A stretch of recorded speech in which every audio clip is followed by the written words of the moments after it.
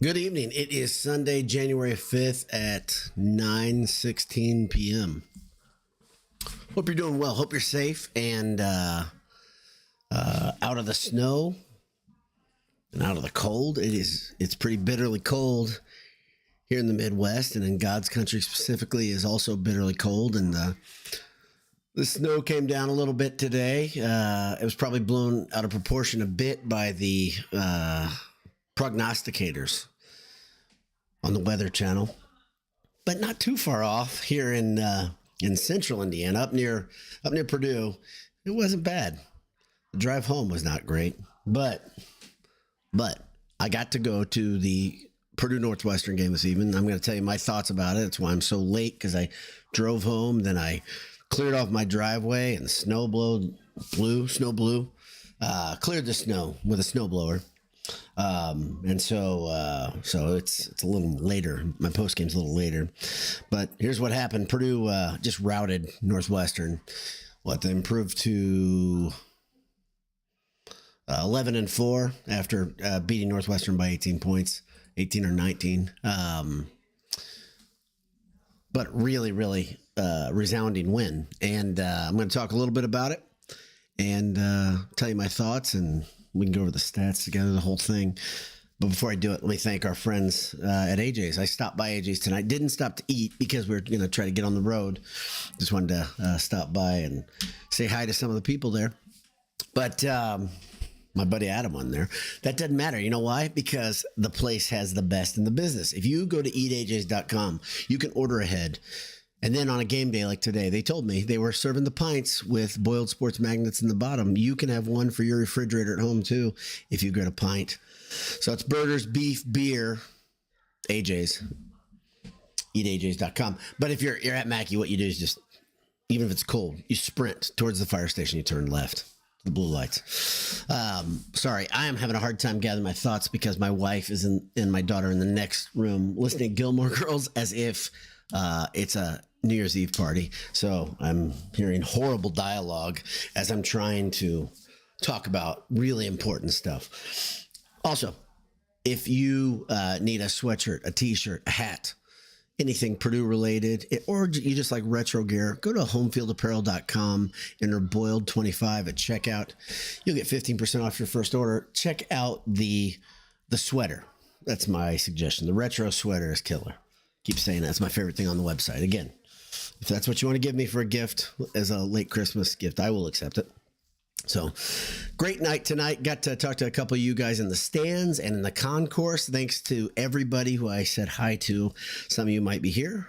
If you're listening on delay, maybe you're driving back. I know one of you had a little bit of a drive, but great talking to everybody. And that's, as always, it's one of my highlights is when I go to games like this, is just seeing everybody. And it was no exception today. Always good to connect with people, put faces with the usernames and real names with the usernames. So that was really, really cool. My wife and I got to watch the game from very good seats, though, thanks to another Boiled Sports fan. We had Kara and Beth. Thank you for the tickets. Incredible. Great seats. Great seats. But yeah, it was a great night. And some people love going to basketball games when it's just a back and forth game. I like to go to blowouts when my team wins, and that was one of those today. Purdue early, they got it started with defense. It really there were a lot was happening today to get Purdue in the position they were at the end to win by nearly 20 points as they cruised without the starters in the game towards the end of the game. But what really happened, the big story, was the defense was really good, contesting pretty much every shot Northwestern took. Northwestern shot the ball poorly. I kept waiting for them to kick that into high gear, and they never really were able to do that. And at the same time, not only was Purdue making shots, but they were creative in the way they were getting shots. Guys were doing some things I think a lot of us were looking for them to do early in the season. For instance, Caleb First had a dunk where it looked like he was going to rip the rim off of the acrylic. I know there's metal involved and there's bolts underneath, but he absolutely mashed this thing. He didn't bring it down low, which he's had a problem doing that, where he gets the ball, above his head and brings it down below his waist. No, he kept it high, he turned, and he just absolutely destroyed the rim. Purdue had 3 alley-oops today. So they were backdooring Northwestern. Like I said, the offense looked great. They had some great out-of-bounds plays. I would say Coach Thompson and even I think Sasha was doing some pulling of the strings of the offense, because I saw him stand up a couple times and yell a few things out and show the marker board. But hats off to the coaches for what they were doing to really counterpunch what Northwestern does well. Let's not forget, Northwestern's been a pretty tough out for Purdue in the last couple of years. They're not a bad team. I think they've got 5 losses right now in the season. But they looked pretty bad today, and much of it was because of what Purdue did. Purdue was just intense. Purdue looked like, I think, what a lot of Purdue fans want them to look like. Granted, Northwestern, Minnesota, 2 in a row, aren't the greatest tests of athleticism for Purdue. But don't forget, this Northwestern team, save Boo Buie, it's almost everybody's back. For that was an impact player last year. Martinelli and darn, I can't remember anybody's name right now. I'll go over it here. Martinelli, Nicholson, Ty Berry, who, if you don't remember last year, Ty Berry kicked Purdue in the teeth, and Brooks Barnheiser, the Lafayette or West Lafayette, I think West Lafayette product. Interesting side bar, if you didn't watch the game, Barnheiser got his artificial teeth knocked out during the game. Very unusual play where he came across the lane. He got hit in the face inadvertently. It wasn't a hard hit. I think it was Burgess who got him. And his teeth flew out of his mouth. He spat him out of his mouth. And it looked like he just, like people get their teeth knocked out. It looked like that's what happened, but upon further review, you find out that he actually had his teeth knocked out earlier in the week or last week in practice at Northwestern, and those were prosthetic teeth. And so there was no flagrant foul or anything like that, although the refs, boy, they love to review for the flagrant fouls today. So I don't understand, and maybe you guys can answer this question. If you're a Northwestern fan and you're here, thanks for joining. But why isn't he wearing a mouthpiece, especially if he's gotten his teeth knocked out? I mean, you still got other teeth in there. I know his 2 front teeth are gone. So he had 2 prosthetic and probably waiting as he's going to get those permanents put in, I'm guessing. But it was a pretty unusual moment getting his teeth knocked out. But how did Purdue get to the point where they were in such cruise control in the second half? Well, a little bit of everything. Fletch Lawyer, again, just like he was versus Minnesota. Maybe not exactly the same. He wasn't looking for a shot quite as much. He is I think we can start saying this. He's just an easy, effortless shot maker. He creates enough space to get the shot off. When he shoots the ball, it's looking like it's going down every single time. Colvin started to get warm in this game. Didn't get hot, I wouldn't say. Smith was incredible. In the first half, Smith had 17 and 6, I believe. He didn't need to do as much in the second half. They weren't running stuff for him as much in the second half. He got to sit, I think, 5 or 6 minutes total, which is pretty unusual for him. TKR was rock solid, played very well. Some interesting things. I mean, TKR was playing against Nicholson, 7 feet tall, and TKR was kind of taking it to him at times, but I think it's a solid performance. If you look at the KenPom ratings, Purdue is like, I think 18th or 17th. I think currently in the polls, they're 20th. And Northwestern is in the 50s, if I'm remembering correctly. I looked before I got on here. But Northwestern's not a pushover, a slouch. And more so than that, they've just been trouble for Purdue. The matchup has been difficult. And Purdue made sure to leave no doubt today. Part of it, like I said, though, I would say Northwestern did not shoot as well as they can. Obviously, they're capable of shooting very well, and they didn't. And part of that, though, I think Purdue was contesting about everything they did. Purdue did not.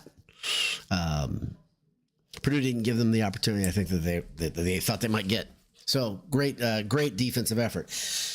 It's the second game in a row, again, that you had Caleb first and CJ Cox in the starting lineup. CJ Cox, another guy that played really, really well. But what you're starting to see, at least what I'm starting to see, you can tell me if I'm wrong in the margin or in the comments, whatever you'd like to do. What I'm starting to see is some continuity, and the buds of continuity is starting to form. I really, really like what's happening with this lineup for multiple reasons, and I can dig in deeper now, or I can talk about it as we look down the road a little bit. But one thing that I see, and I started thinking about this because everybody's reminded me that the team that went to the Elite Eight with Edwards had some rough patches early in the season, and I remind them that team never got blown out like this team has this year. But one thing I thought about is I just went back and I looked at that roster, and one thing that made that thing go, if you remember, especially down the stretch, was Grady Eifert's effort, right? You had a guy who is not the sexiest player in the world, but he did the little things, right?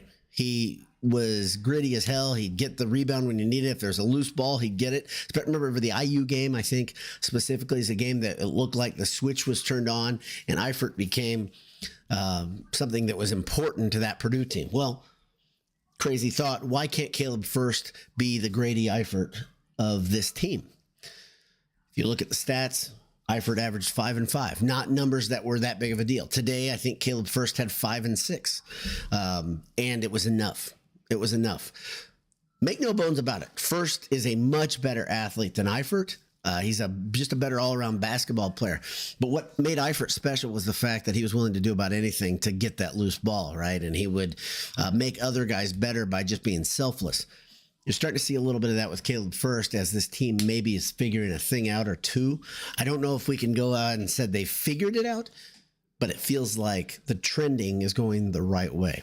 So once again, I apologize for being on here late, but driving in the snow, once you hit, well, a couple miles from the end of 52, if you're heading south towards I-65, just start getting treacherous. And if you drove home down any place near or through central Indiana, you had to deal with it too. And it wasn't so much that it was the worst snow you've ever seen, but the roads were not clear and it was actively snowing at that time. It's kind of all about the timing of how it was. So a little bit difficult getting home, but thank God we're here safely.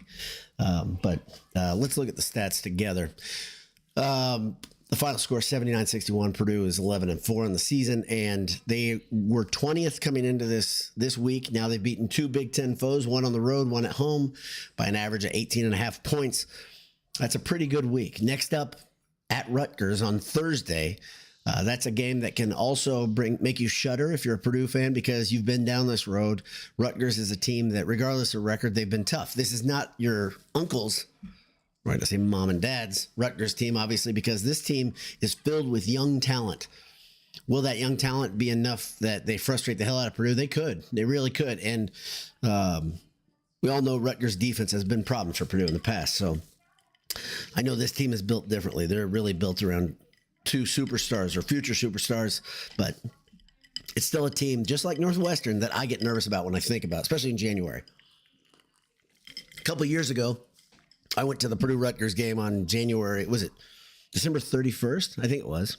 December 30th, something like that, with my wife, and we saw Purdue lose to Rutgers, and it was no fun. I think about bad things when I think about Northwestern and Rutgers, and tonight I was anxious coming into the game.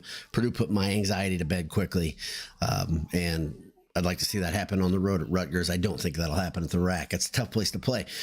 Okay, so Braden Smith led all scorers. Like I said, he had 17 points and 6 assists, I believe, in the first half. He ends the game with 22 points, 7 assists, 6 boards, 2 steals. He did have 5 turnovers. But if you look back at that game, there was a period of time in the second half where Purdue had 3 possessions out of 5 where they looked horrible and out of sync. And part of it was because Smith stayed in the game. TKR and Fletch took a seat, and you had kind of a unusual looking lineup. There was no flow to the offense. It's kind of what we've had a problem with as fans. We've watched it like, okay, this is not good. This doesn't feel right. The offense doesn't look like it's in sync or going anywhere. And there was a couple minutes in the second half it got that way. The game was never in jeopardy. In fact, I think Purdue was up by 30 in the second half at one point. If you didn't watch, you might want to go watch it. A lot of Purdue fans would like this one. A lot of Northwestern fans would probably say burn it. But I've also had Purdue fans say that's kind of a boring game. I don't agree. Anytime you have 3 alley-oops in the same game, that's a lot of fun. Anytime you can see Caleb First just destroy a rim, that's fun. He treated that thing like he was angry at it. Anytime you can see Purdue shoot over 40% from three-point line, that's good. Another thing that was fun about the game, Purdue shot the free throw well. They didn't shoot a lot, especially until about midway through the second half. But at one point, I think there were a total 11 free throws between Purdue and Northwestern. pretty deep into the second half. Purdue ends shooting the free throw quite a few times. 18 times. They hit 15 of them. That's a good night. Also, turnovers. They didn't have a lot of them again until that one stretch in the second half. They finished the game with 11 turnovers. A lot to like. CJ Cox, 12 points. And then here's the real kicker. The whole thing, if you want to say what's an unusual stat, one that might be a definitive stat, CJ Cox had 8 rebounds. Why did he have 8 rebounds? Because Northwestern was missing shots and missing deep shots specifically. So the ball was coming off pretty far. Cox is pretty relentless when he needs to be, which is pretty much all the time. One thing, if you watch, here's a thing that I picked up in person that maybe I hadn't been watching enough of. CJ Cox fights over the top of screens better than anybody on Purdue's team.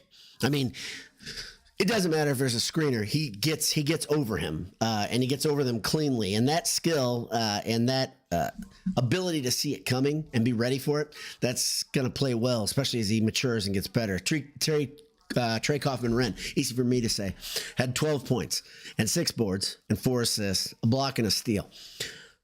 Continues to be rock solid. Fletch Lawyer, another, like I said, rock solid game, but 3 for 7 from the field, 9 points, a couple boards, a steal. And let's see. Like I said, Caleb first, 5 points, 6 boards. Okay, I'll take it. If I could get closer to 10 points with 6 to 8 boards, holy moly. Purdue being a real contender for the Big Ten title becomes not a kind of a pipe dream. It becomes saying, okay, yeah, you're in the driver's seat. If they can get that out of Caleb first every night, and I think they can. Jakari Harris came in, spelled some people, looked pretty good, had a great drive on a fast break, kind of a delayed fast break where he saw that Northwestern was napping, had their backs turned to him, and it went right into the back of, let's see if I can find the guy. It wasn't Nicholson. It might have been Nicholson.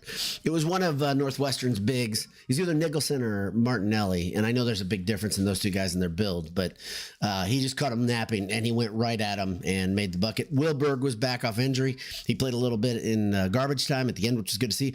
But like I said, Miles Colvin had 7 big points, looked good on defense, had a block shot that pretty much he threw it to the roof of Mackey. I mean, just absolutely crushed it. If we're going to look at disappointments, we're looking at Raleigh Burgess had 6 points. Nice game. Like to see Burgess more active on the glass. But Cam Heide continuing to try to figure some things out. Doesn't have the confidence right now. There are a couple of times where he got the ball and he just did the Ryan Smith pump fake without taking the shot. And would like to see Cam Heide get that swagger back, get some confidence back. Brian Waddell played a little bit, which I think made a lot of Purdue fans really happy. So did Sam King and Jack Lusk. So fun night, good night. Like I said, Purdue improves, and next up they get Rutgers. Some of you guys are here live. I appreciate it. Zach Welch says, "Howdy, Dad. How are you? Good to see you. Send that cold and snow out to the East Coast." He says, "Whoa, the comments are ridiculous. Miss a good old fashioned Indiana snowstorm." This was a good one, and it was interesting. It changed. I mean, you've been through this. But it changed. It went from kind of a heavier, icier type of snow into this super powdery snow that was creating all sorts of problems on the road just because it was ruddy and it wasn't getting cleared off quick enough. But I think you guys will get some nasty weather out there east. I think you guys have already had a pretty good snow. I think Jay told me that. Okabu 13 says, "Just getting ready to go to bed. Heck, I'm going to stay up to hear Boil It Out." Thank you for doing so. And really appreciate that. And it's too early. It's 9:30. But if you're more disciplined than me and you go to bed 9:30, good on you. You're probably up early, up with before the rooster. But I am never that way. I stay up late. I get up around 7. That's my pattern. Adam P says, "Good evening to you." Same. Continues, says, "It was an irrational feeling all game long." This is a good point.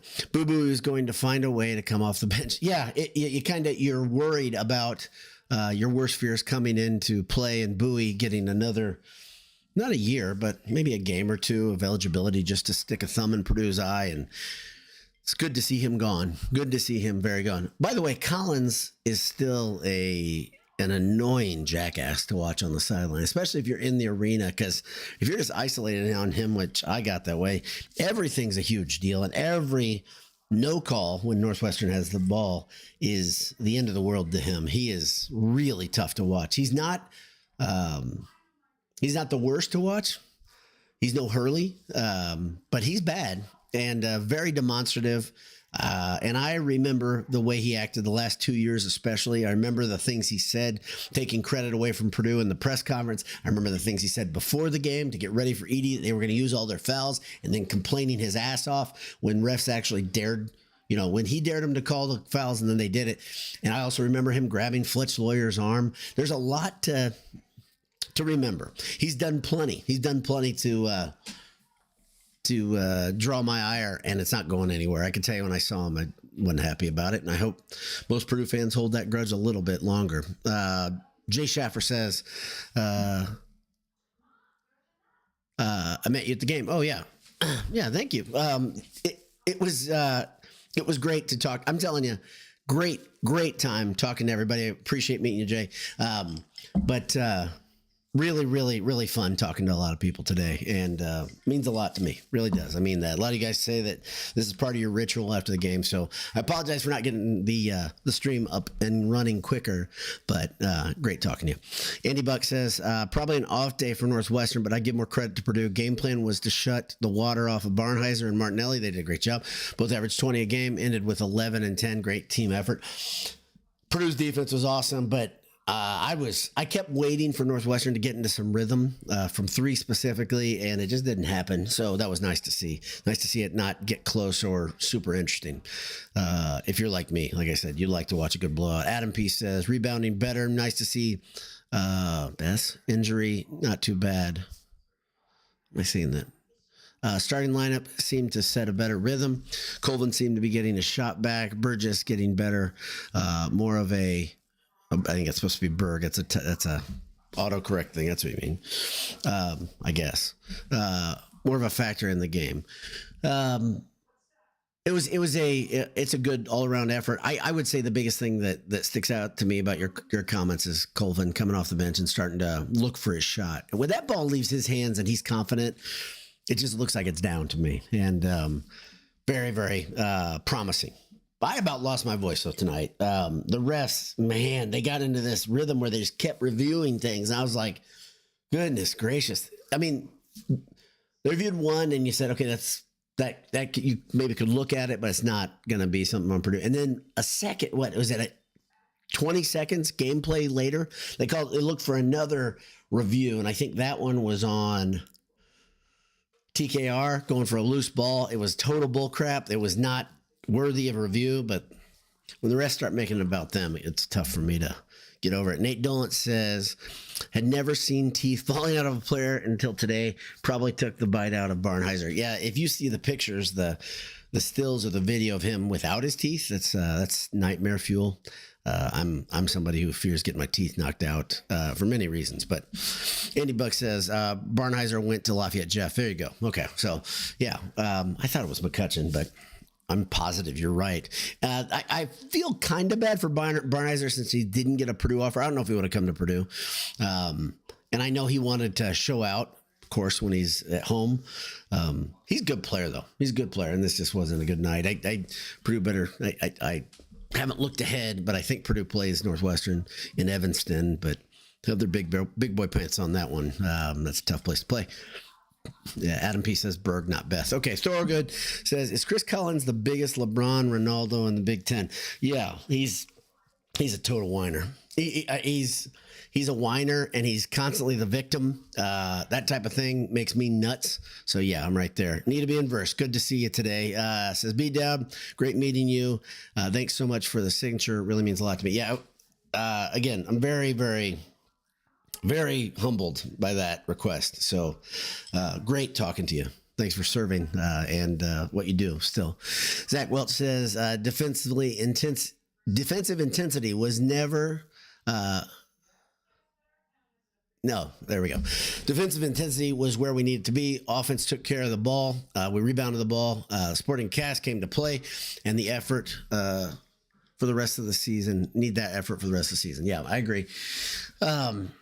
I think having a guy or two come off the bench and provide just a bit of spark is really important. I think this lineup can do that more than the lineup that was starting a couple of games ago. So that's big. Cam Heide, got to see more of Cam Heidi, and we will, I think. Melissa Hunt says they got knocked out before Christmas, had minor surgery to fix it, and then we'll have big surgery after the season. I teach in one of the elementary schools that feed into the high school. His dad coaches. Okay, there you go. So talking about Barnheiser's teeth, she continues, says, and I'm friends with the family. Poor kid was really struggling. Got to see him for a minute after the game. Feel bad for him for sure. Yeah. He seems like a super likable kid, and sounds like Melissa corroborates that idea. When he gets into rhythm, he's super dangerous. I mean, one thing that's amazing about him, you look at him in person too, he's a specimen now. I mean, he's filled out, but he looks like a pro to me. He looks like a guy who can play in the league and will play in the league. Adam P says, question for you. After all the B-ball talk, Odom seems to be putting some pieces together out of the portal. Any thoughts on what he's doing, or is it really way too early? No, I full disclosure, I've gone through my head a couple times about just having a quick cast and talking about football, and I haven't gotten all the way to it because it seems like things are still happening.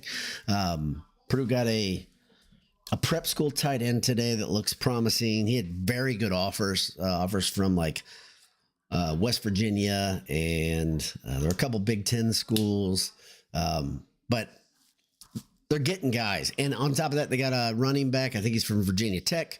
So the roster is starting to fill out, not just with UNLV guys. I think my biggest concern, I know it's weird because everybody asks for it in this modern day, in this modern age of college football. You want to see Odom bring his guys so you can plug them in right away, so you can plug in the culture right away.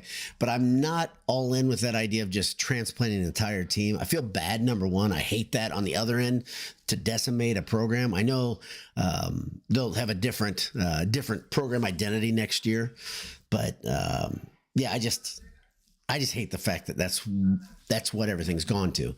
On the other hand, Purdue's getting some guys that they're ready to go because they're getting a lot of those juniors and seniors we talked about a couple weeks ago. So yeah, I will talk about it more in depth. But the one thing that I'm struggling with is the sheer amount of movement that's happening all over the place. There's some weirdness, of course, in college football because of the lack of transparency, the lack of contracts, the lack of rules, the lack of any punishment to stop tampering. This isn't on Purdue's end. This is in other places. So maybe I do a mega quick cast, or Jay and Anish and I get together and talk about it. But I would say it looks to me like Purdue's starting to form the bones of a really, really good team. So I don't know if that's enough of an answer for you. Zach Young says, I would just like to point out the Colts are an unserious football organization. They absolutely are. The fact that sounds like Ballard's back. So yeah, this is a good comment, and they're very unserious. The only thing I can think of, I'm like, okay, are they playing to get Manning next off season?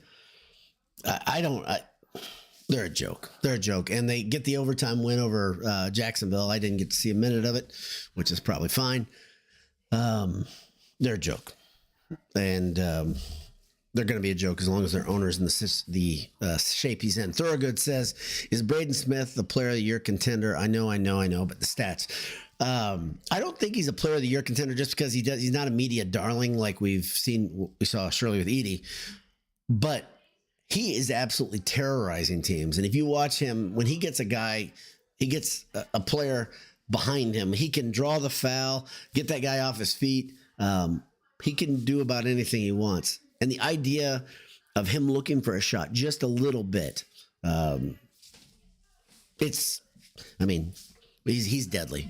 So get another year of him. Hopefully, that's all I can say is hopefully. You just kind of you want to see him back. One more run after this year, but I'm starting to think this year could be a little fun here in the next month, and we're going to know a lot in the next month. Turret Camel says, "What am I drinking? I'm drinking it's a double oaked. Oh shoot, Makers product, French oak finished Makers." I don't know if it's the 46 or one of those. I can't remember. I finished off a bottle, tossed it in the trash can. I can't remember. It's good stuff though. It's pretty good. I generally don't like Makers, but this has got a little more bite to it, a little more balance. I generally look to balance. I like rye a lot. This isn't that far on the spice side, but the oak gives it a little more smokiness than normal Makers, so I like it a lot. Nate Dolan says, buds of continuity. There's your slogan.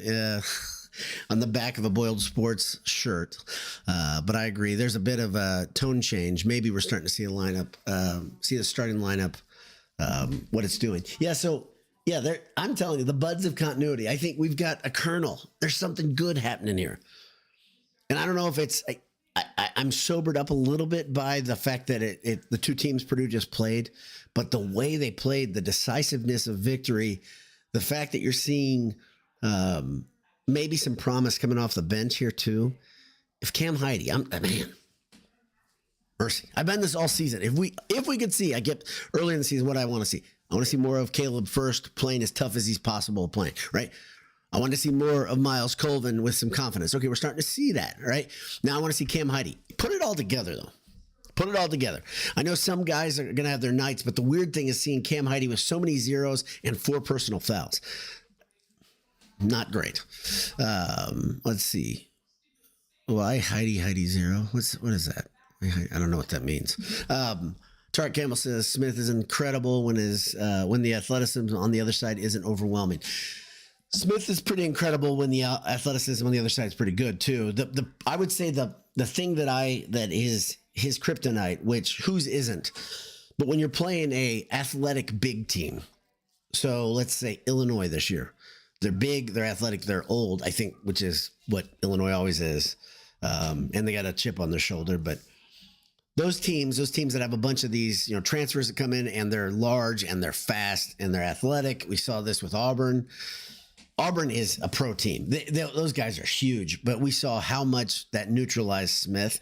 We saw a little bit of, I guess, Marquette. Those guards weren't huge, but they were throwing looks at Smith, and they really made it a priority to get after him. So, but Penn State, they have athleticism. They're not huge. Yeah. So we'll see. We'll see. Maybe he's learning at dealing with it better too as the season goes on. I don't know. It's a different role. I keep saying season is a process. We got to enjoy the process. It's a hard thing to enjoy, especially for many Purdue fans who are supremely let down that Purdue is not as good as they were with Edey, which who told them that was going to happen? I don't even understand where the delusions come from. So, Andy Buck says Eifert was definitely a glue guy for that 18-19 team, did all the little things and made the team better. First can be that. He plays hard, has the size and skill for what this team needs. I completely agree. It's pretty heartening when you think about that parallel. And I think he's going to get better as the season goes on. Ron Gable, my buddy, says, saw some renewed confidence from Harris, Cox, and First today. I didn't mention Harris, but yeah. I actually did. I mentioned that one drive, right? But I think those guys, they are the roots of the future. It looks really, really good. They're aggressive. They're athletic. A lot of Purdue fans, like I said, I know a couple that kind of like, we're leaving the guy for dead. And I'm just like, you're doing that at your own. That's a dumb move. You do not rule Harris out of this thing for this season. I said this a couple games ago. Do not minimize what you think his importance is going to be. He's, Thorogood talks about Heide 0004 personal fouls. Yeah. Judith Johnson says it was a fun watch. Agreed. Very fun watch. Great to have a game that's on cruise control. She continues, says, I wondered about Collins and Mackey. He seemed riled the entire time. He's always riled. I don't know if I don't watch him, honestly, any other time, but when it's Purdue, I'm zeroed in on. He's a jackass. Melissa Hunt says, we don't go to Northwestern this year. Thank goodness. There you go. That's great. That's great news. So next time you see him, maybe in the Big Ten tournament. That's great news. Thank you, Melissa. Boilerman says, not sure if you touched on it. Why does Northwestern, why does Northwestern wear black and gold? So the story that they've got is that there is a gate on campus. And if you're a Northwestern fan, you can tell me I'm wrong here, but I believe there's a gate on campus that has some old-timey writing on it, and I think it's gold gilded. I believe that's the story they try to tell. So Under Armour kind of took that and stretched it and made it into a bigger deal than it is. Northwestern's colors are not gold and black, and with the minimization of purple on there, it just looks like they're just paying their respects to Purdue. I'm sure Collins thought he was being fun and clever, trying to take the gold and black from Purdue. It always amazes me when teams do this. We're black against Purdue. I'm just like, what the hell are you doing? Why would you do that? This is our stuff. That's what we do. Stick to purple, boy. Yeah, so I think that's the story. I was watching the Pacers play last night. Pacers have a Nike City uniform with the Indy in a kind of a sloppy graffiti and a bright blue. And I'm watching, I'm like, why did they do that? And I thought back, I know the answer to this one. And I remembered the pace car, the old Beretta in 1990 for the Indianapolis Motors, for the 500 at IMS, was a yellow pace car with pink Indy on it, but it was that font. So Nike decided they were going to stretch 1990's 500 into a reason to change the Pacers city uniform. Well, Under Armour, in their infinite wisdom, has made Northwestern a quasi-golden black squad, and they decided to wear them against Purdue. Fine. Okay. Inter-squad scrimmage. Purdue looked pretty good today. Andy Buck says, Collins kept calling full timeouts before all the TV timeouts, trying to stretch the game out and get Purdue out of rhythm. Yeah. Didn't work. Didn't work, Chris. Sorry. If you can watch the way he's talking to the refs and his mannerisms, he's just an annoying dude. But on top of that, he's a fraud because of what he did the last 2 years. He's not a nice guy. He's a dookie. Let's see. Yeah. Tarek Camel says, Odom was successful with a good team UNLV to coach in a weak conference. He's in for a rude awakening at Purdue. That is... You do know he coached before, and in the SEC, he had some good seasons, right? I mean, this is the interesting thing to me about Odom. There are multiple chapters of his past. He's not a small-time coach. They played well. The team was good. UNLV was good, and it is a lesser conference. He's a good coach. He's a good coach. I think this again, we talk about transitions. The first year of a coach at a new program is a big deal now. All the rules are out, though, the way you develop a program, obviously because of the transfer portal and how heavily do you lean upon development of players. Probably not real heavily in this era, especially in college football. It is amazing, by the way, just a sidebar again, at what Purdue is doing in college basketball. They're a solid team. This is not the Purdue of last year, obviously. They're a solid team, and it's all organic. They're growing these guys up.